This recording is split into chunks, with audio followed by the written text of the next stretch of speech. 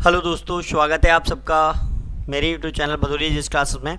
आप सभी लोग जल्दी जल्दी लाइव आ जाइए और जल्दी से क्लास को फिर हम स्टार्ट करेंगे। आप सभी क्लास को शेयर भी कर दें और जल्दी से जल्दी सभी लोगों को मैं बोल दूं कि गुड मॉर्निंग। यहाँ पर प्रवीण गुड नाइट बोल रहे हैं, अभी गुड नाइट हम लास्ट में बोल देंगे आपको। रानी यादव गुड इवनिंग बेटा। Jogendra good evening. Ramlakhan good evening.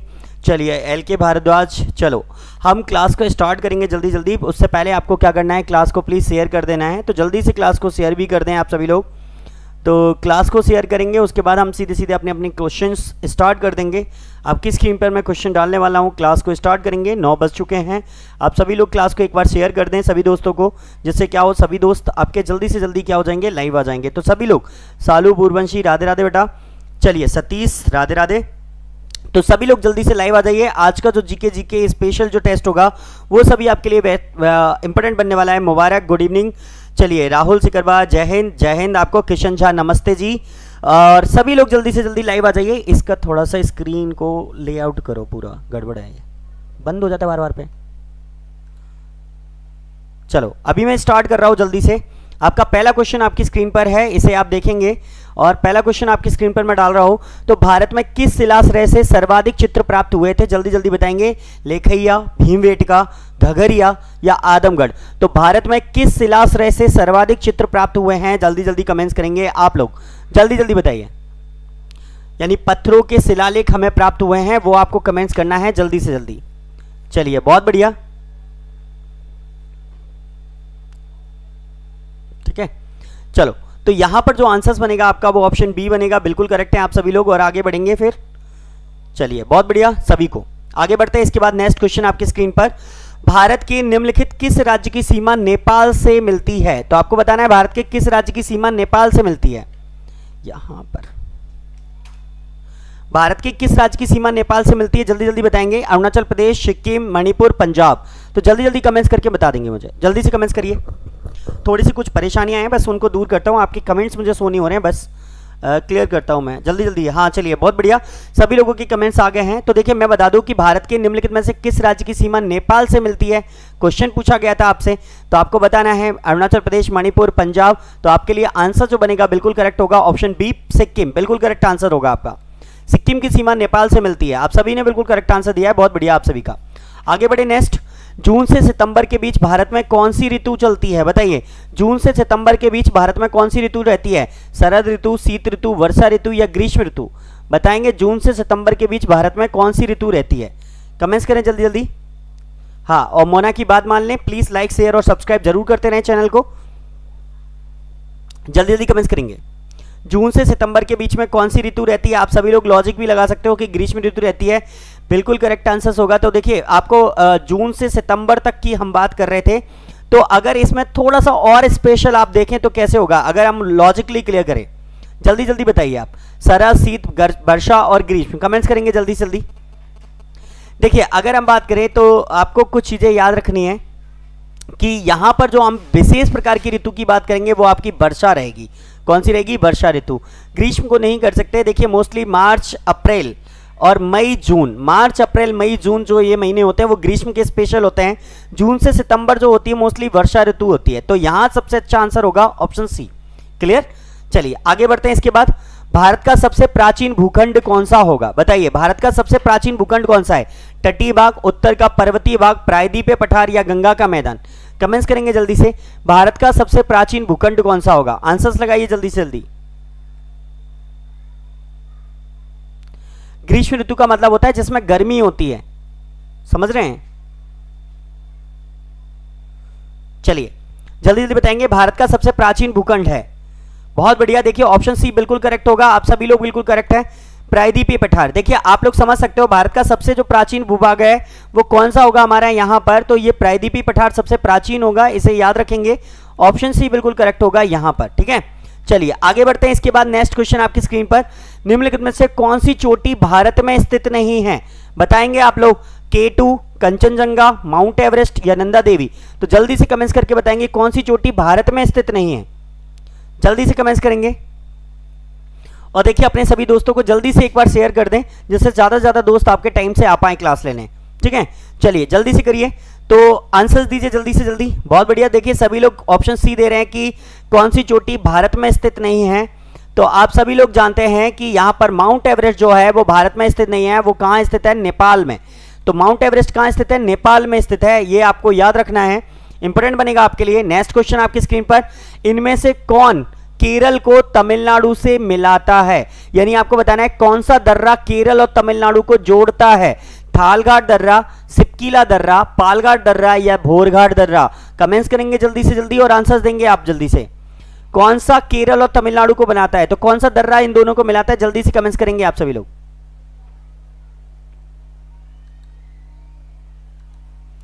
चलिए जल्दी से कमेंट्स करेंगे।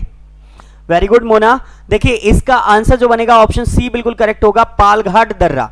पालघाट दर्रा आपका बिल्कुल करेक्ट होगा, जो केरल को तमिलनाडु से जोड़ता है। बिल्कुल करेक्ट आंसर होगा यहां पर पालघाट दर्रा, ये याद रखेंगे आप सभी लोग, पालघाट बिल्कुल करेक्ट आंसर होगा यहां पर। इसके बाद नेक्स्ट क्वेश्चन, भारत के अक्षांशीय विस्तार में लगभग कितने डिग्री का अंतर है।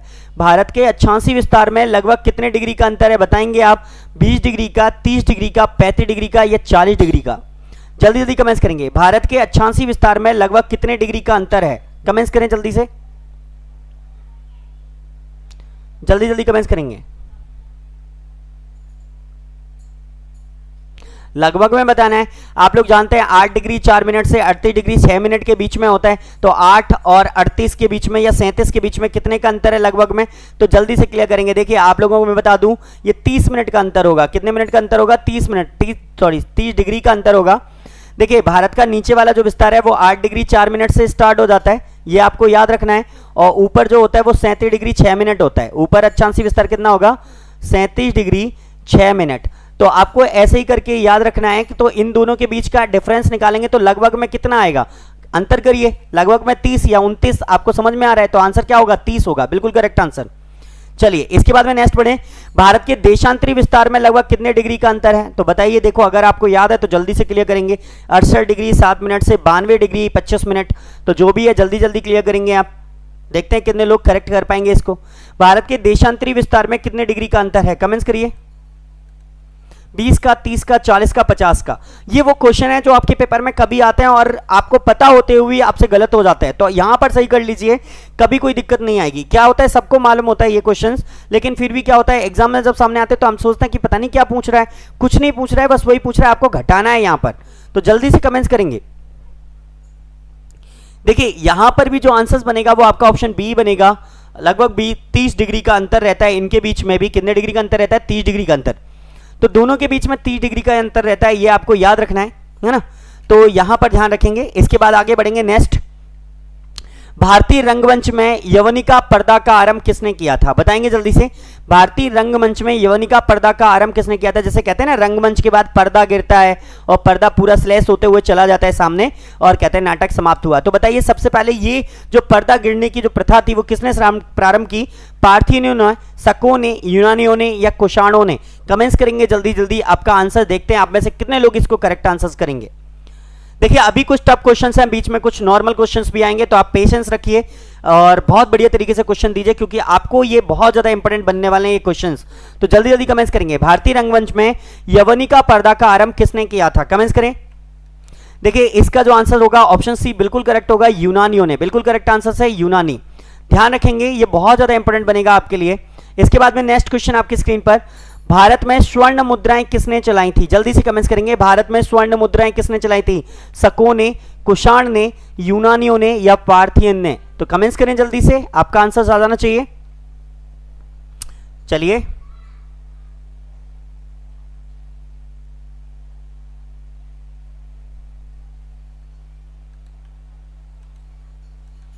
चलिए जल्दी से कमेंट्स करेंगे आप सभी लोग।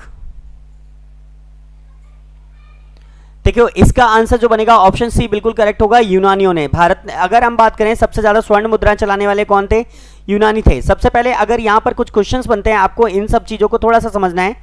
और हाँ ऑप्शन सी ठीक है, यूनानियों ने बिल्कुल करेक्ट होगा।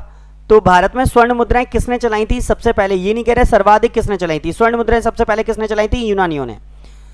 चलिए आगे बढ़े। मैग्नेस के अनुसार भारतीय समाज कितने भागों में बटा था, बताइए। मैग्नेस जो आया था, जो चंद्रगुप्त मौर्य के दरबार में आया था मैग्नेस, है ना। और आपको याद है तो इसके अनुसार भारतीय समाज कितने भागों में विभक्त था, बताना है आपको, 12, 10, 4 या 7। तो कमेंट्स करेंगे जल्दी जल्दी आप अपना आंसर्स। मैग्नस्थीस के अनुसार भारतीय समाज कितने भागों में विभक्त था। देखिए इसका जो आंसर बनेगा वो बिल्कुल करेक्ट आंसर डी होगा, ऑप्शन डी। आप में से बहुत सारे लोगों ने सी ऑप्शन चुना था जो कि गलत है, याद रखेंगे ऑप्शन डी यहां पर बिल्कुल करेक्ट होगा 7। मैग्नस्थीन ने भारतीय समाज को 7 भागों में बांटा था, इतना आपको याद रखना है, क्लियर। इसके बाद में नेक्स्ट क्वेश्चन आपकी स्क्रीन पर, भारतीयों के लिए सिल्क मार्ग किसने आरंभ किया, बताइए। अशोक ने, फायान ने, कनिष्क ने या हर्ष ने। बहुत ज्यादा एग्जाम्स में क्वेश्चन आता है ये आपके में, तो ध्यान रखेंगे। भारतीयों के लिए सिल्क मार्ग किसने आरंभ किया था, बताइए। अशोक, फायान, कनिष्क या हर्ष। कमेंट्स करें जल्दी से।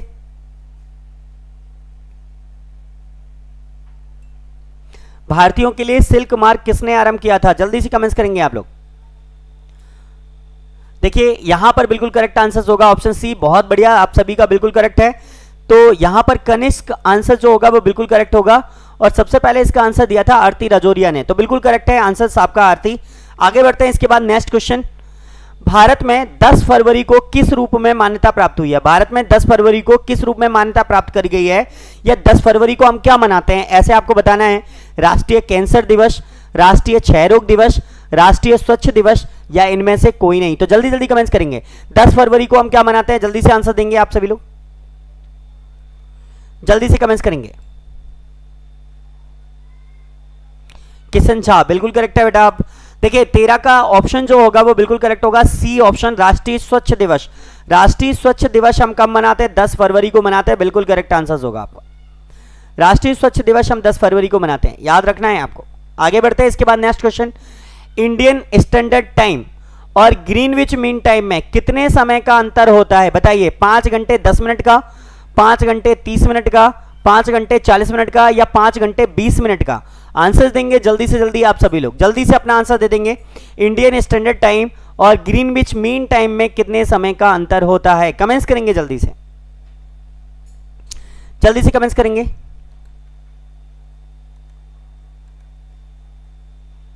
बहुत बढ़िया। देखिए आपको पता है कि भारतीय मानक समय जो ग्रीनविच टाइम से है वो 5.5 घंटे आगे है, तो आपको याद रखना है यहां पर जो आंसर होगा वो 5.5 घंटे ही होगा, बिल्कुल करेक्ट आंसर आपका, ठीक है। 82.5 डिग्री रेखा हमारी जो आती है भारत में और ग्रीनविच मीन टाइम, इन दोनों के बीच में जो अंतर है वो 5.5 घंटे का है, बिल्कुल करेक्ट है।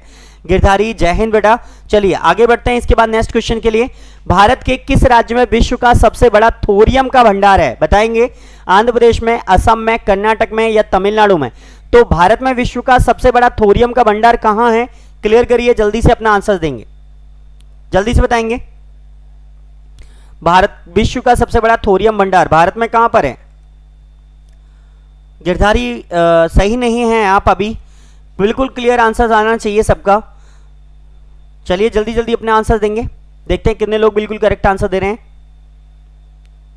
चलिए बहुत बढ़िया। देखिए इसका मैं आंसर क्लियर कर देता हूं, इसका जो आंसर होगा ऑप्शन ए, आंध्र प्रदेश, बिल्कुल करेक्ट आंसर होगा। देखिए भारत में सबसे अधिक जो थोरियम के भंडार पाए जाते हैं वो आंध्र प्रदेश में ही है, और ये विश्व के सर्वाधिक हैं, याद रखेंगे, विश्व के सर्वाधिक थोरियम भंडार। थोरियम क्या होता है, मोनोजाइट एसिड से प्राप्त किया जाता है। थोरियम किससे प्राप्त किया जाता है, मोनोजाइट एसिड के, और ये केरल का जो रेत है, केरल की जो बालू है उसमें आसपास की रीजन्स में बहुत ज्यादा ये मात्रा में पाया जाता है, लेकिन ये आंध्र प्रदेश के तट पर हमें कुछ ज्यादा मात्रा में मिला है, और इसके भंडार हमें बहुत ज्यादा मिले हैं, यानी यहाँ पे भंडार किया जाता है बहुत ज्यादा आंध्र प्रदेश में। इसके बाद में नेक्स्ट बात करें, कौन सा वार्षिक मेला ऊंट के व्यापार के लिए प्रसिद्ध है, अब बताइए आप। कुंभ मेला, सूरज कुंड मेला, पुष्कर मेला या सोनपुर मेला, आंसर दीजिए जल्दी से। कोई बात नहीं, कोई बात नहीं, कभी कभी गलतियां होती है, डाउट्स तो हम सबको ही हैं, क्लियर करेंगे। कौन सा वार्षिक मेला ऊंट के व्यापार के लिए प्रसिद्ध है, कमेंट्स करेंगे जल्दी से। हाँ मुझे पता है, अभी इससे कोई दिक्कत नहीं है, आगे बढ़ते हैं, कमेंट्स करें जल्दी से। देखिए आईपीएल का अभी एक सीजन पूरा हो गया होगा तो सारे लोग लाइव आ गए, अभी जैसे ही आईपीएल चालू होगा फिर से गायब हो जाएंगे, तो आईपीएल का तो इफेक्ट क्लास पे पड़ रहा है बहुत। आगे बढ़ते हैं नेक्स्ट, जल्दी से अपना आंसर देंगे अभी सभी लोग। देखिए इसका बिल्कुल करेक्ट आंसर होगा पुष्कर मेला, ऑप्शन सी बिल्कुल करेक्ट है। देखिए पुष्कर मेला जो है वो प्रमुख ऊंट मेला ही है, आपको याद रखना है, यहाँ पे पशु बिकते हैं, तो ये पुष्कर जो मेला है वो ऊंट मेला है सबसे बड़ा, ठीक है। तो ऊंट के लिए स्पेशल है पुष्कर मेला, बाकी का अगर हम पशुओं की बात करते तो सोनपुर मेला सबसे बड़ा होता बिहार का। चलिए आगे बढ़ेंगे। निम्न में से वह कौन सा राज्य है जिससे होकर कर्क रेखा गुजरती है? अब आप आंसर्स देंगे बिहार, झारखंड, हिमाचल प्रदेश या उत्तर प्रदेश। देखते हैं इस क्वेश्चन को कितने लोग गलत करते हैं। जी हाँ, गलत करते हैं। सही तो सभी कर सकते हैं, गलत कौन कर सकता है ये देखना है अभी। चलिए बहुत बढ़िया, शीतल जी आप पहले ही गलत हो गई हैं। थोड़ा सा लॉजिक तो लगाओ। कर्क रेखा, निम्न में से वह कौन सा राज्य जिससे होकर कर्क रेखा गुजरती है पूछा है, यानी इनमें से 3 ऑप्शन ऐसे होंगे जिनसे नहीं गुजरती और एक से गुजरती है। तो बताइए वो गुजरने वाला कौन सा है? बिल्कुल करेक्ट है नेहा, बहुत बढ़िया। देखिए ऑप्शन बी बिल्कुल करेक्ट है, झार। झार से झारखंड। देखो मित्र पर गमछा झार आप लोगों को कितना सारा पढ़ाया है, तो मोस्टली याद रखना है यहाँ पे झारखंड बिल्कुल करेक्ट आंसर होगा आपका। ठीक है, तो झार से क्या बनेगा? झारखंड। क्लियर करें। चलिए बहुत बढ़िया, सभी का करेक्ट है। आगे बढ़ते नेक्स्ट। हिमालय की श्रेणी में कौन प्राचीनतम है? कमेंट्स करें। बृहत हिमालय श्रेणी, शिवालिक श्रेणी, धौलाधार श्रेणी, निम्न हिमालय। कमेंट्स करेंगे सबसे प्राचीनतम कौन सी। देखो हिमालय को नवीन बलित पर्वत कहा जाता है, लेकिन हिमालय को नवीन बलित पर्वत कहा तो जाता है, लेकिन इसकी कौन सी श्रेणी नवीन से प्राचीन हो गई है, यानी कौन सी श्रेणी इनके अंतर्गत प्राचीन है? बताइए। बृहत हिमालय, शिवालिक, धौलाधार, निम्न हिमालय। कमेंट्स करेंगे जल्दी से। देखते हैं कितने लोग बिल्कुल करेक्ट कर पाएंगे इन क्वेश्चंस को, बहुत जल्दी। प्रवीण द्विवेदी जी बोल रहे हैं बी ऑप्शंस, और बी देने वाले सभी गलत है अगर मैं बता दूं आपको तो। चलिए जल्दी से क्लियर करेंगे। देखो अगर हम हिमालय की सबसे प्राचीनतम श्रेणियों में लेकर जाएं तो आपको कुछ क्वेश्चंस में क्लियर करके चलना है। यहां पर बृहद हिमालय जो श्रेणी होगी वो सबसे प्राचीन के अंतर्गत में आती है। बृहद हिमालय जो श्रेणी है वो सबसे प्राचीनतम के अंतर्गत आती है, ऐसे आपको याद रखना है, ये आपके लिए इंपॉर्टेंट बनेगा। ठीक है, चलिए इसके बाद में नेक्स्ट क्वेश्चन। पटकुईबुम, नागा हिल और लोसाई हिल भारत के किस भूभाग में है? कमेंट्स करेंगे। पटकुईबुम, नागा हिल और लोसाई हिल भारत के किस भूभाग में है? जल्दी जल्दी कमेंट्स करेंगे। विंध्याचल, सतपुड़ा, पूर्वोत्तर या पूर्वी घाट? कमेंट्स करेंगे।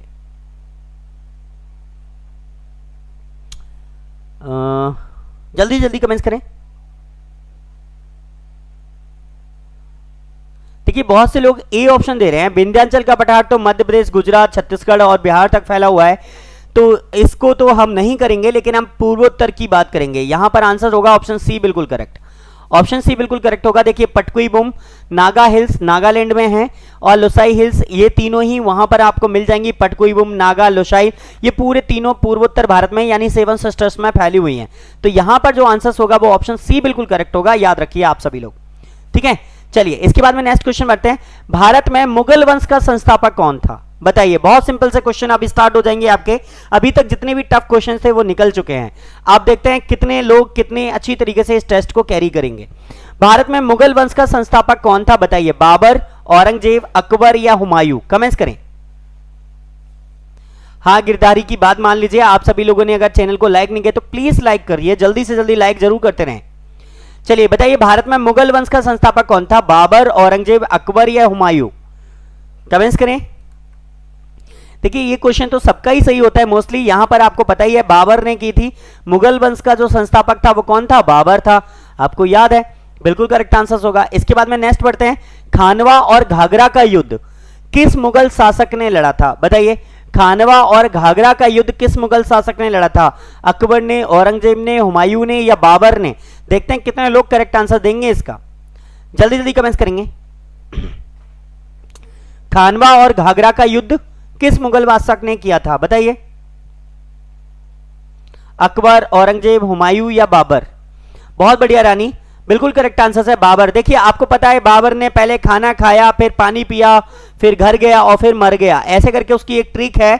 1526, 1527, 1528, 1529 और 1530 ऐसे करके इसके लगभग सारे युद्ध आपको मिल जाते हैं। 1526, 27, 28, 29 है ना, और 30 में ये मर गया। तो लगभग आपको कुछ चीजें याद रखनी होती हैं कि इनके लगातार इंपोर्टेंट होते हैं। खानवा और घाघरा का युद्ध जो लड़ा वो बाबर ने लड़ा। इसके बाद में नेक्स्ट क्वेश्चन। चौसा का युद्ध किस किस के बीच में हुआ था? बताइए। औरंगजेब और शेरशाह सूरी के बीच, अकबर और शेरशाह सूरी के बीच, बाबर और शेरशाह के बीच, हुमायूं और शेरशाह के बीच? तो बताइए चौसा का युद्ध किसके बीच हुआ था? बहुत ज्यादा एग्जाम्स में आता है, तो आप बताएंगे जल्दी से। देखते हैं अगर किसी को याद है तो जल्दी जल्दी अपने आंसर देंगे।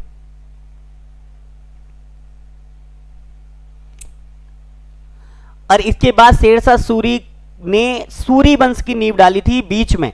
मुगल बादशाह कुछ समय के लिए रुक गए थे, हुमायूं भाग गया था, तो आपको याद रखना है। मैंने आंसर ही बता दिया, आपका ऑप्शन डी बिल्कुल करेक्ट है। बहुत सारे लोगों ने आंसर दे दिया था, तो मैं बता दूं ये जो युद्ध हुआ था चौसा का, ये शेरशाह हुमायूं और शेरशाह सूरी के बीच में हुआ था।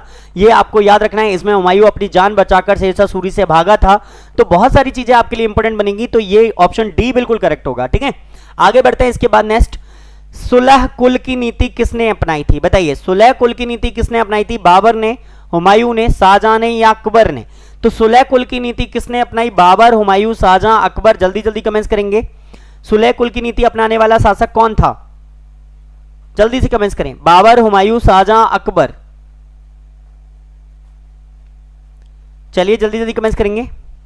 और प्लीज मोना की बात भी मान लीजिए, क्लास को लाइक शेयर और सब्सक्राइब फेसबुक पर करते रहें। आप लोग ज्यादा से ज्यादा दोस्तों को इनवाइट करते रहें। आपका ही चैनल है, आप जितने ज्यादा लोगों को जितने ज्यादा लोगों को शेयर करेंगे उतने ज्यादा लोग हमसे जुड़ पाएंगे, और थोड़ा सा आप मेरे लिए भी अच्छा रहेगा, आप लोगों के लिए भी अच्छा रहेगा। लगातार आपको क्लासेस मिलती रहेंगी और मुझे एक अच्छे छात्र। ठीक है, तो आप ज्यादा से ज्यादा दोस्तों को ये शेयर जरूर करते रहें। ठीक है, ध्यान रखिए। तो जल्दी से जल्दी आप सभी लोग इसको शेयर जरूर करें। ठीक है, मुबारक। ज्यादा आगे बढ़े, अपने टेस्ट पर ध्यान दें ज्यादा तरीके से। तो सुलह कुल की नीति किसने अपनाई थी? बाबर ने, हुमायूं ने, शाहजहां ने, अकबर ने? तो बता दूं ऑप्शन डी यहां बिल्कुल करेक्ट होगा, अकबर ने। तो सुलह कुल की जो नीति अपनाई गई थी वो अकबर के द्वारा अपनाई गई थी, ये आपको याद रखना है। ज्यादातर क्वेश्चन आपके अकबर से बिल्कुल करेक्ट होंगे यहां पर।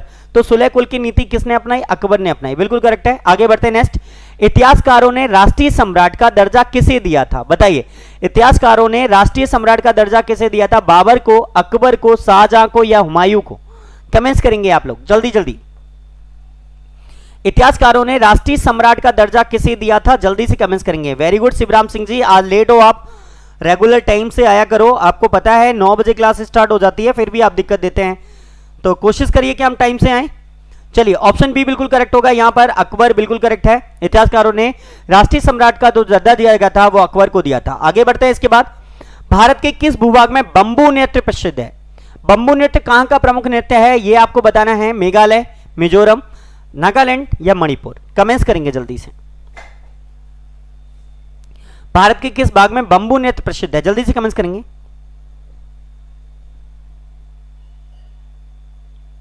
चलिए,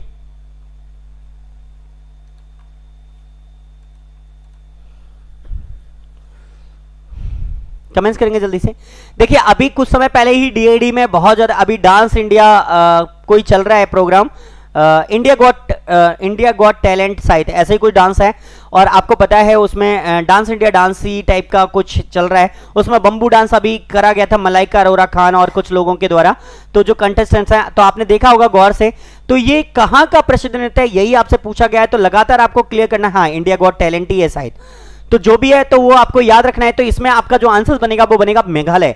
मेघालय बिल्कुल करेक्ट आंसर होगा, ऑप्शन ए। बंबू नृत्य जो है वो मेघालय से है, तो आपको थोड़ा सा याद करना है, थोड़ा सा रटना है। कभी कभी ये नृत्य बहुत ज्यादा इंपॉर्टेंट बनते हैं। देखो, आपको छोटे मोटे याद, ज्यादातर जो ट्रेंड में होते हैं वो याद होते हैं, लेकिन कभी जब अटपटा आता है तो आपको दिक्कत होती है। तो याद रखिए, बंबू जो है मेघालय का प्रमुख नृत्य। आगे बढ़ते हैं। कर्नाटक की लोक रंगभूमि है कैसी है? यक्षगान, भवाई, भगवत मेला या इनमें से कोई नहीं? तो बताइए, कर्नाटक की लोक रंगभूमि कैसी होगी? यक्षगान वाली होगी, भवाई होगी, भगवत मेला होगी, इनमें से कोई नहीं? कमेंट्स करें। हाँ, एक को आपका बिल्कुल कंफर्म पेपर है, कोई डाउट नहीं है, तैयारी में लग जाइए, बिल्कुल बढ़िया तरीके से अपनी तैयारी करिए। 1 नवंबर को आपका पेपर होगा, श्योर होगा, किसी भी भ्रांति की गुंजाइश नहीं है। आप पेपर कैंसिल बिल्कुल नहीं होगा, ध्यान रखना बिल्कुल भी।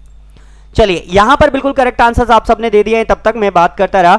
ये बिल्कुल करेक्ट आंसर है, ऑप्शन ये यक्षगान। यक्षगान बिल्कुल करेक्ट आंसर होगा आपका, बहुत बढ़िया सभी लोग। आगे बढ़ते हैं नेक्स्ट। कर्नाटक का प्रमुख लोक नृत्य भी आए तो भी आपको यक्षगान ही लगाना है, ऐसा करके आपको याद रखना है। यक्षिणी को प्रसन्न करने के लिए ये गाया जाता है, तो आपको याद रखना है। ठीक है, आगे बढ़े नेक्स्ट। चरकुला प्रमुख लोक नृत्य कहां का होगा? बताइए, चरकुला कहां का प्रमुख लोक नृत्य है? बुंदेलखंड का, अवध का, ब्रजभूमि का या इनमें से कोई नहीं? बताइए, जल्दी जल्दी कमेंट्स करेंगे। चरकुला प्रमुख लोक नृत्य कहां का है? देखिए आपको लग रहा होगा कि ऐसे कुछ नृत्य पूछ रहे हैं सर जो हमने कभी पढ़े ही नहीं और हमारे एग्जाम में तो आएंगे नहीं, लेकिन कभी भी कुछ भी आ सकता है, तो आपको ध्यान में रख के जो चलना है, इंपॉर्टेंट है आपके लिए। तो यहां पर जो आंसर बनेगा वो ऑप्शन सी बनेगा, ब्रजभूमि, बिल्कुल करेक्ट आंसर होगा। देखिए ब्रजभूमि, वृंदावन धाम, आप सब लोग जानते हैं ये थोड़ी सी मतलब इस टाइप को, तो कुछ क्वेश्चंस को आपको थोड़ा सा याद रखना है। चरकुला जो प्रमुख लोक नृत्य है ये ब्रजभूमि का प्रमुख लोक नृत्य होगा। क्लियर आंसर्स, आगे बढ़ते हैं। तमाशा संगीत नाटक का प्रसिद्ध लोक स्वरूप है और ये कहां से संबंधित है आपको बताना है। उत्तर प्रदेश से, मध्य प्रदेश से, तमिलनाडु से या महाराष्ट्र से, कमेंट्स करिए।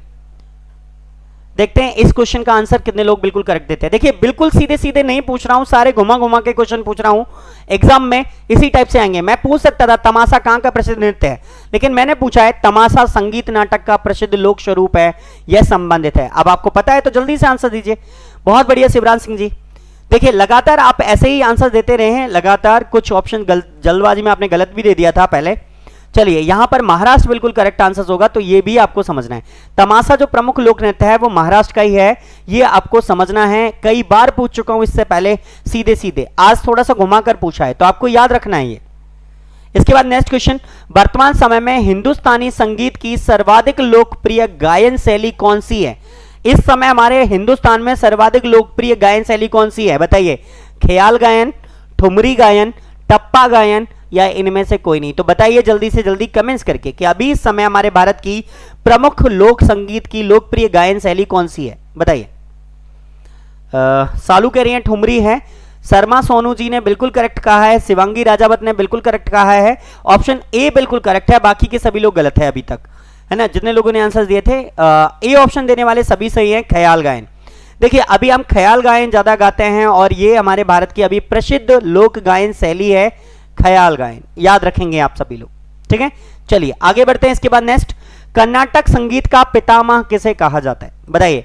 कर्नाटक संगीत का पितामह किसे कहा जाता है, पुरंदर दास को, स्वाति तिरुपाल को, त्यागराज को या इनमें से कोई नहीं। आप बताइए जल्दी से, कर्नाटक संगीत का पितामह किसे कहा जाता है, कमेंट्स करेंगे जल्दी से जल्दी।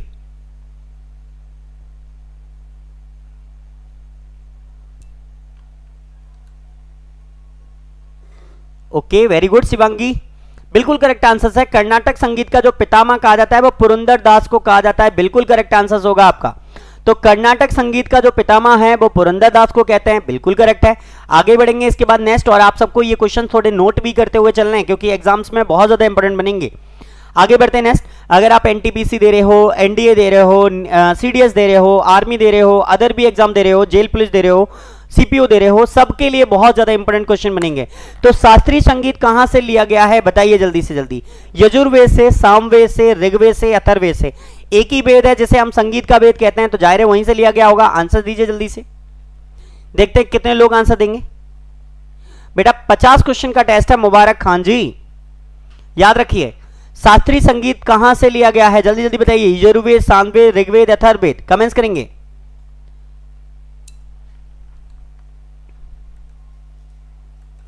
आप लोगों को पता है भारतीय संगीत की जो पुस्तक कही जाती है वो हम किसे कहते हैं, तो आपको याद है सामवेद को होगा आपका। शास्त्रीय संगीत का जो प्रमुख वेद होगा वो किसे कहते हैं, सामवेद। और भारतीय संगीत की प्रथम पुस्तक भी अगर कोई कही जाए तो भी हम सामवेद को कहते हैं, ये आपको याद रखना है, बिल्कुल करेक्ट आंसर होगा यहाँ पर।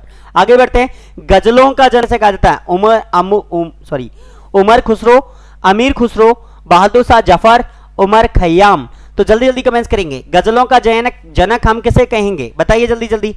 बहुत ज्यादा एग्जाम्स में आता है और सीधे सीधे आप जानते ही हैं इसके बारे में आंसर्स। ध्रुव छावई बिल्कुल करेक्ट है, मोना जैन बिल्कुल करेक्ट है, और देखते हैं कितने लोग बिल्कुल करेक्ट होंगे। प्रवीण सर अच्छे से नहीं चल पा रहा है, क्या नहीं चल पा रहा है प्रवीण, थोड़ा बताइए जल्दी से, कहीं कोई दिक्कत आ रही है क्या, बफरिंग हो रही है। हाँ बफरिंग हो रही है थोड़ी सी, चलो देखते हैं। अभी आप क्लियर करें थोड़ा सा, मैं इसको चेक कर लूंगा एक बार। हाँ थोड़ी सी बफरिंग हो रही है।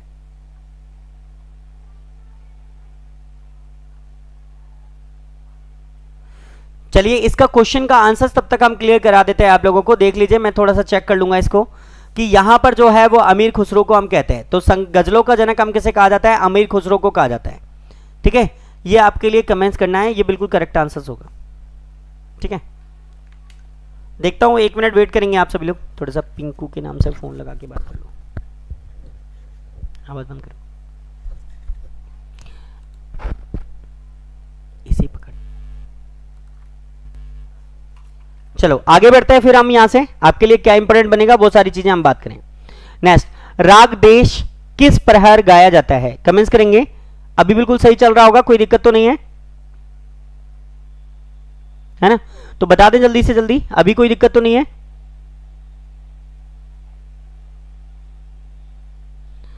ठीक है, तो बताइए राग देश किस प्रहर गाया जाता है, बता दें जल्दी से। अभी वैसे मेरी समझ से बिल्कुल क्लियर है, कोई दिक्कत तो नहीं है, अभी कोई दिक्कत तो नहीं है आप लोगों को? ठीक है, चलो जल्दी जल्दी बताएंगे। अभी नेक्स्ट, राग देश किस प्रहर गाया जाता है? प्रातःकाल में, मध्यकाल में, रात्रि के प्रथम प्रहर में, रात्रि के द्वितीय प्रहर में? कमेंट्स करेंगे जल्दी जल्दी, जल्दी जल्दी कमेंट्स कर दें। देखिए इसका बिल्कुल करेक्ट आंसर होगा ऑप्शन डी, बिल्कुल करेक्ट होगा। चलो कोई प्रॉब्लम नहीं है, तो फिर आगे बढ़ते हैं फिर। ठीक है, तो रात्रि के द्वितीय प्रहर में ये बिल्कुल करेक्ट आंसर होगा यहां पर। ठीक है, तो रात्रि के द्वितीय प्रहर में राग प्रहर गाया जाता है, ये आपको याद रखना है, क्लियर होगा आंसर। इसके बाद में नेक्स्ट बढ़ते हैं, प्रातःकाल में गाया जाने वाला राग कौन सा होता है? बताइए कौन सा राग प्रातःकाल में गाया जाता है? तोड़ी, दरबारी, भोपाली, भीम पलासी? तो जल्दी जल्दी कमेंट्स करेंगे।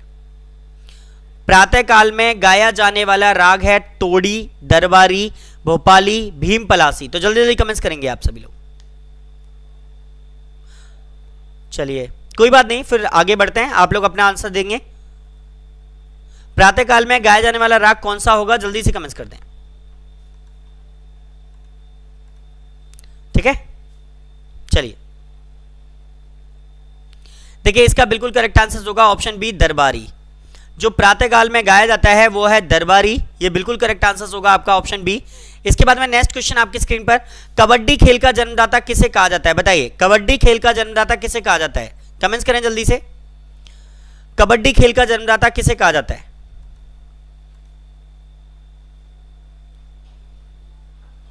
चलिए बताइए जल्दी से, कबड्डी खेल का जन्मदाता हम किसे कहते हैं? बहुत बढ़िया, देखिए ऑप्शन सी बिल्कुल करेक्ट है, भारत को कहते हैं। कबड्डी खेल का जो जन्मदाता है वो भारत है।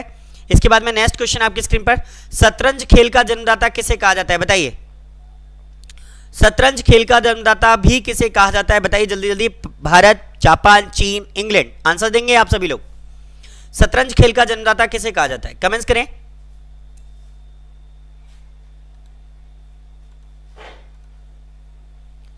चलिए बहुत बढ़िया, देखिए इसका भी आंसर आपका ऑप्शन ए होगा, भारत। बिल्कुल बहुत बढ़िया सभी का।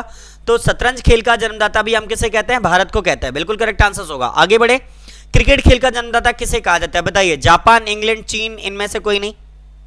तो क्रिकेट खेल का जन्मदाता किसे कहा जाता है? देखते हैं कितने लोग करेक्ट आंसर देंगे इसको। मेरी समझ से तो सभी को देना चाहिए। तो क्रिकेट खेल का जन्मदाता किसे कहा जाता है, जल्दी से बता देंगे आप सभी लोग।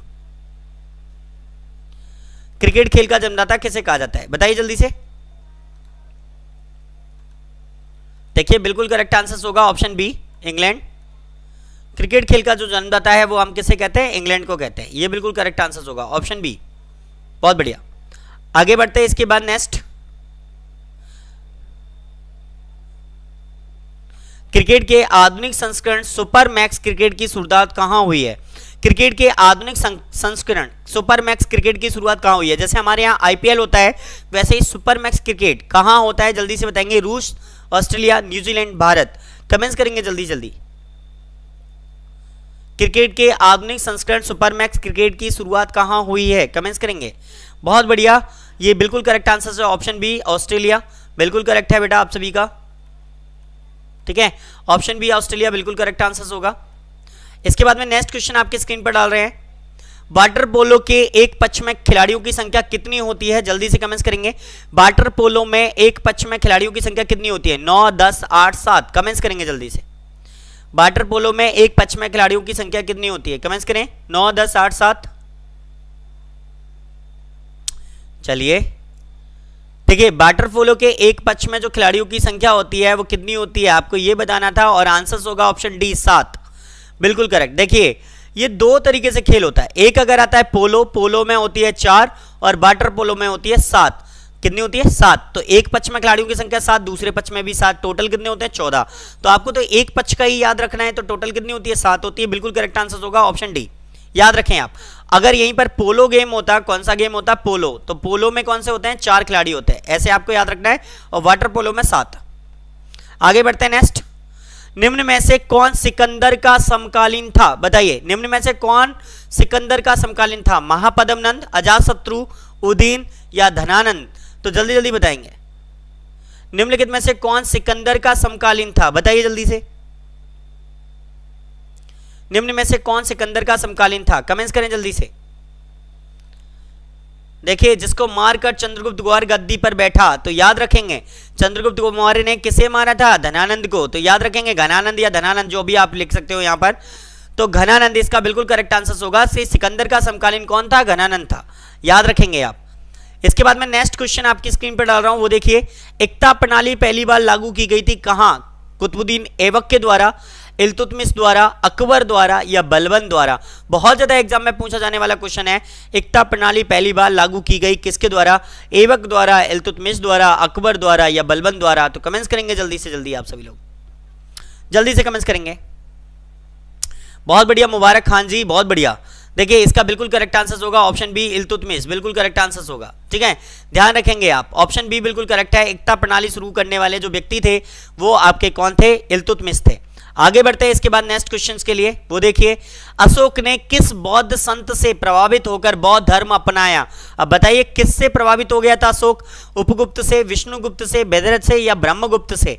बहुत ज्यादा क्वेश्चन आता है, तो आपको याद रखना है अशोक के गुरु कौन थे। अगर ये भी आ जाए तो भी आपको याद रखना है जिनसे प्रभावित होकर उसने क्या किया?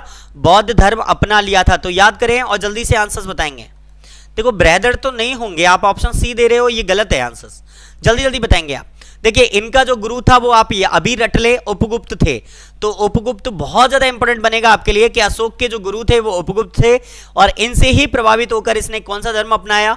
बौद्ध धर्म अपनाया। याद रखेंगे, ऑप्शन ए बिल्कुल करेक्ट होगा आंसर्स, ठीक है। तो याद रखें, उपगुप्त बिल्कुल करेक्ट आंसर होगा। चलिए नेक्स्ट पढ़ते हैं आगे। निम्नलिखित में से किस शासक ने सबसे पहले सोने के सिक्के जारी किए थे?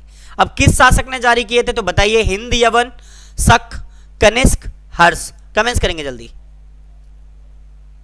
अभी पढ़ाया था, तो पहले, इससे पहले भी एक क्वेश्चन इसी टाइप का आ चुका है, तो आप क्लियर कर सकते हो। देखिए, जल्दी जल्दी क्लियर करिए। देखिए, मैं बता दूं, हिंदू यूनानियों ने करे थे।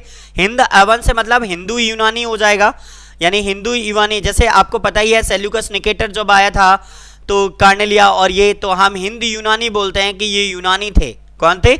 यूनानी। तो हिंदुस्तान और यूनानियों के जो कॉम्बिनेशन से बने थे, उन्होंने ये सबसे पहले सोने के सिक्के जारी किए थे, तो हम यूनानी बोल सकते हैं। आपके लिए कमेंट्स करना है, ये आंसर्स बनेगा। बिल्कुल करेक्ट। आगे बढ़ेंगे नेक्स्ट। कनिष्क ने किस वर्ष शक संवत की शुरुआत की थी? बताइए, किस वर्ष शक संवत की शुरुआत हुई थी? 72 ईस्वी में, 75 में, 78 में, 105 में? देखते हैं कितने लोग करेक्ट आंसर देंगे इसका। जल्दी जल्दी अपने आंसर देंगे। कनिष्क ने किस वर्ष शक संवत की शुरुआत की थी? कमेंट्स करिए जल्दी से। चलिए जल्दी से कमेंट्स कर देंगे। Very good. देखिए, सभी ने बिल्कुल करेक्ट आंसर दिया है। 78 ईस्वी बिल्कुल करेक्ट आंसर है। 78 ईस्वी में कनिष्क ने शक संवत की शुरुआत की थी। आज जो हमारा कैलेंडर है वो इसी पर आधारित है, आपको याद रखना है, बिल्कुल इंपोर्टेंट बनेगा। और विक्रम संवत की जो शुरुआत हुई थी वो 58 ईस्वी में हुई थी, ऐसे याद रखना है। आज से 20 साल पहले, ऐसे करके आपको याद रखना है। क्लियर? तो ये सारी चीजें आपको याद रखनी है। आगे बढ़ते हैं नेक्स्ट क्वेश्चन के लिए। मोहम्मद बिन कासिम ने भारत पर आक्रमण कब किया था? बताइए, मोहम्मद बिन कासिम ने भारत पर सबसे पहला अरब आक्रमण किया था, और ये अरब आक्रमण सबसे पहले कब किया गया था? आंसर देना है 712 ईस्वी में, 825 ईस्वी में, 1025 ईस्वी में या 1027 ईस्वी में? जल्दी जल्दी कमेंट्स करेंगे, देखते हैं कितने लोग करेक्ट आंसर देंगे इसका। चलिए, अभिषेक सोनी बिल्कुल करेक्ट है बेटा, आप बहुत पहले आंसर दिया है और बहुत बढ़िया। देखिए, 712 ईस्वी बिल्कुल करेक्ट आंसर होगा कि मोहम्मद बिन कासिम ने भारत पर जो आक्रमण किया था वो कब किया था? 712 ईस्वी में किया था। बिल्कुल करेक्ट आंसर होगा ये, रटिए इनको, बहुत ज्यादा इंपॉर्टेंट बनेंगे आपके लिए। आगे बढ़े नेक्स्ट। लोधी वंश का संस्थापक कौन था? बताइए, इब्राहिम लोधी, बहलोल लोधी, सिकंदर लोधी या इनमें से कोई नहीं? तो बताइए, लोधी वंश का संस्थापक कौन था? कभी कभी ये क्वेश्चन आ जाते हैं सीधे सीधे, तो आप बताएंगे जल्दी से लोधी वंश का संस्थापक कौन था? इब्राहिम लोधी, बहलोल लोधी, सिकंदर लोधी, इनमें से कोई नहीं। कमेंट्स करें जल्दी से।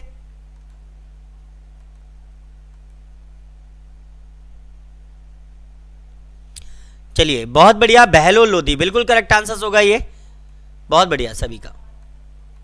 देखिए याद रखना है आपको, ये बहलोल लोधी ने सबसे पहले क्या किया था?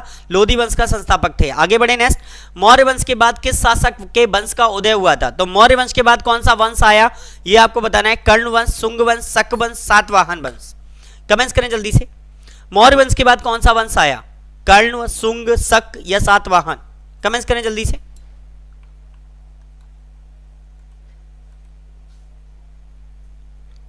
चलिए आज आप सोच रहे होंगे सर आज आपने हिस्ट्री के क्वेश्चंस को ज्यादा डाले हैं, बहुत ज्यादा क्वेश्चन डाले हैं। मैंने इसलिए डाला जिससे आपका ये रिवीजन हो जाए, क्योंकि बहुत से लोगों की धारणा है कि हिस्ट्री नहीं आ रही है, लेकिन अभी बहुत सारे पेपर जो हुए हैं बीच में उनमें कुछ हिस्ट्री का परसेंटेज ज्यादा आया है। यूपीएससी का पेपर भी हुआ, अदर भी हुए, तो उनमें इस वजह से मैंने थोड़ा सा रिवाइज बेस पर ये डाल दिया है, जिससे आप लोगों को जो रेगुलर क्वेश्चन जो आते हैं वो आपको रट जाए। तो याद रखें इसको, यहां पर जो आंसर बनेगा ऑप्शन बी बनेगा, तो ये बिल्कुल करेक्ट आंसर होगा, शुंग वंश। आप में से बहुत सारे लोगों ने करेक्ट आंसर भी दिया था। तो बता दें कि मौर्य वंश के बाद जिस वंश का उदय हुआ था वो था शुंग वंश, है ना, और जिसकी शुरुआत जो की गई थी, जिसकी स्थापना की गई थी पुष्यमित्र शुंग के द्वारा की गई थी। पुष्यमित्र शुंग ने शुंग वंश की नींव डाली थी, याद रखेंगे। आगे बढ़े इसके बाद नेक्स्ट, प्रसिद्ध फारसी पर्व नौरोज या नवरोज उत्सव जो है किसने प्रारंभ किया था? तो बताइए प्रसिद्ध फारसी नौरोज उत्सव का प्रारंभ किसने किया था? बलबन ने, अलाउद्दीन खिलजी ने, फिरोज शाह तुगलक ने या मोहम्मद तुगलक ने? कमेंट्स करेंगे जल्दी से, अपना आंसर देंगे, बताइए जल्दी से। बैटरी लो हो गया तो जल्दी से कमेंट्स करेंगे। तो प्रसिद्ध फारसी पर्व नौरोज किसने प्रारंभ किया था? जल्दी से कमेंट्स करें, जल्दी से कमेंट्स करें। बहुत बढ़िया। देखिए नौरोज उत्सव किसने प्रारंभ किया था ये आपको क्लियर करना है, और इसका आंसर होगा ऑप्शन ए बलबन। बलबन जो था इसने सबसे पहले फारसी का नौरोज उत्सव चलाया, और ये आपको याद रखना है। देखिए कभी कभी एग्जाम में आता है नवरोज उत्सव किस भाषा, कौन सी किस साहित्य से या किस देश से संबंधित रखता था? तो फारस से था, फारसी में मनाया जाता था ये पर्व नौरोज, और उसका प्रारंभ कराने वाला सबसे पहला शासक जो बना इतिहासकार वो बलबन था, ये आपको याद रखना है। इसके बाद में नेक्स्ट क्वेश्चन, खानवा का युद्ध में बाबर ने किसको हराया या किसके साथ लड़ा था? अगर आपको याद होगा अभी थोड़ी देर पहले का तो आप लगा पाएंगे, नहीं तो गलत हो जाएगा। तो बताइए खानवा के युद्ध में बाबर ने किसके साथ युद्ध लड़ा? महमूद लोधी के साथ, मेदिनी राय के साथ, राणा सांगा के साथ या इब्राहिम लोधी के साथ?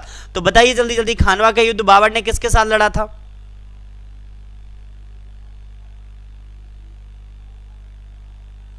नहीं, इब्राहिम लोधी के साथ कैसे लड़ सकता है बाबर? वो तो पानीपत का प्रथम युद्ध, ठीक है। तो आपको तो ऐसे ही याद रखना है, अभी ये बिल्कुल करेक्ट नहीं होगा, यहां पर बिल्कुल करेक्ट होगा, वो होगा राणा सांगा। देखिए आपको याद रखना है, खानवा के युद्ध में बाबर ने जिसे हराया था वो था राणा सांगा, ये आपको याद रखना है, ठीक है। तो बाबर ने किसके साथ लड़ा था? राणा सांगा के साथ लड़ा था ये युद्ध, तो आपको याद रखना है। बाबर ने जो युद्ध लड़ा किसके साथ लड़ा? राणा सांगा के साथ लड़ा। कौन सा युद्ध? खानवा का युद्ध, याद रखें। आज का लास्ट क्वेश्चन आपकी स्क्रीन पर है, उससे पहले आप लोग चैनल को लाइक शेयर सब्सक्राइब कर दें, और अगर पसंद आया है तो लाइक जरूर करें। आगे बढ़ते नेक्स्ट, ईरान के सम्राट नादिर शाह ने दिल्ली पर आक्रमण कब किया? बताइए 1739 में, 1740 में, 1839 में और 1840 में? तो जल्दी जल्दी कमेंट्स करेंगे, ईरान के सम्राट नादिर शाह ने दिल्ली पर आक्रमण कब किया? कमेंट्स करें जल्दी जल्दी जी। अभी कल जो टेस्ट लूंगा वो टेक्निकल स्पेशली लूंगा, टेंशन मत लीजिए। देखिए एक आपका जो मैंने कल एक दिन पहले कल का जो टेस्ट लिया था वो मैंने थोड़ा जीडी स्पेशल लिया था, आज मैंने जीके जीएस स्पेशल लिया था, जो अदर एग्जाम्स के स्टूडेंट है सबको साथ में लिया है। कल स्पेशल टेक्निकल टेस्ट लेंगे, फिजिक्स केमिस्ट्री स्पेशल, ठीक है। थोड़ा सा जो 5 क्वेश्चन जीएस का आता है वो डालेंगे थोड़ा बहुत, और बाकी का सभी फिजिक्स केमिस्ट्री स्पेशल लेंगे, तो टेंशन मत लीजिए। आंसर देंगे अभी जल्दी से आप इसका, देखते हैं जल्दी से अपना आंसर देंगे। देखिए इसका जो आंसर बनेगा वो बनेगा ऑप्शन ए, बिल्कुल करेक्ट, 1739 में। तो ईरान के सम्राट नादिर शाह ने दिल्ली पर जब आक्रमण किया था तो 1739 में किया था, और जब आक्रमण किया था तो दिल्ली का सुल्तान यहाँ से भाग गया था, और वो इसका बड़े आराम से सामान मामान ले लुआ के सारा चीज़ें, और वो वापस लौट गया था। तो नादिर शाह के आक्रमण के समय ये दिल्ली का सुल्तान उससे युद्ध करने बिना ही भाग गया था। इतिहास में बहुत रोचक घटनाएं हुई हैं, उन्हें हम पढ़ेंगे जब हम हिस्ट्री पढ़ेंगे। अभी आपको समझना है ये क्वेश्चन कि 1739 में नादिर शाह ने दिल्ली पर आक्रमण किया था, और इसके बाद ये क्वेश्चन हो जाते हैं समाप्त। आज मुझे बताइए आपका कितना स्कोर हुआ है। मुझे लगता है आज बहुत सारे लोगों के बहुत गलत हैं, तो बताएंगे जल्दी जल्दी आज फिर भी। और अगर आप मेरे व्हाट्सएप ग्रुप से जुड़ना चाहते हैं तो प्लीज़ इससे संपर्क करिए, आपको ग्रुप में ऐड कर दिया जाएगा। चैनल की लिंक्स आप तक मिलती रहेंगी। चैनल अगर पसंद आया है, वीडियो अगर पसंद आई है तो प्लीज़ इसे लाइक शेयर और सब्सक्राइब जरूर करते रहें, दोस्तों को भेजते रहें, ज़्यादा से ज़्यादा दोस्तों को भेजते रहें, जिससे क्या होगा ज़्यादा से ज़्यादा लोगों तक आप मुझे पहुँचा पाएंगे और वो स्टूडेंट्स भी पढ़ पाएंगे जिन्हें अभाव के कारण या किसी भी कारणवश वो अभी पढ़ नहीं पा रहे हैं, तो वो भी हमारे साथ लाइव आकर टेस्ट दे पाएंगे। ठीक है, तो आप सब लोग जितनी ज़्यादा हमारे साथ सपोर्ट करेंगे उतने ज़्यादा ये बेहतर होगा। तो आप लोग लगातार ऐसे ही मेहनत करते रहिए।